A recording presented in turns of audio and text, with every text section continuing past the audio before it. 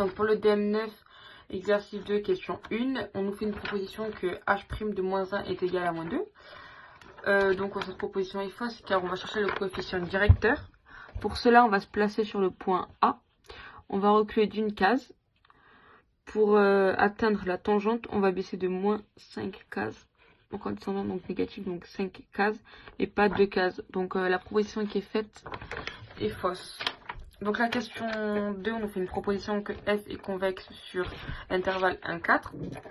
Donc pour savoir si elle est convexe ou concave, f est concave si f'' est négative ou nulle. Et donc on voit qu'avec le graphique qui est là, ce qui est surligné, que la fonction de 0 à 2 est positive, donc elle est convexe, et de 1 à 4, elle est négative, donc elle est concave.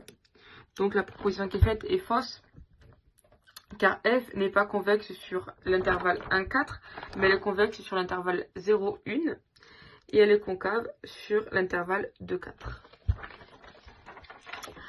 Donc la question 3, on demande si la valeur de l'air grisé sur la figure numéro 1 du coup est de 4 unités d'air.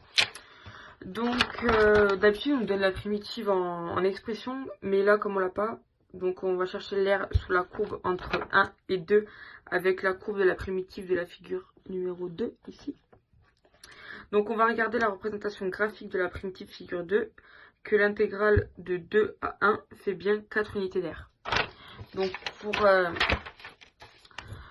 cela, on va faire l'intégrale avec la figure numéro 2, du coup de 2 à 1. Donc on va faire avec la primitive, du coup après on va faire grand G de 2 moins grand G de A. Donc grand G de 2, on peut voir que ça fait du coup grâce à la figure numéro 2, elle fait 5. Et grand G de 1, elle fait 1. Donc si on fait grand G de 2 moins grand G de 1, ça nous donne bien 4. Donc la valeur de l'air grisé sur la figure 1 est bien de 4 unités d'air. Donc la proposition qui est faite est vraie.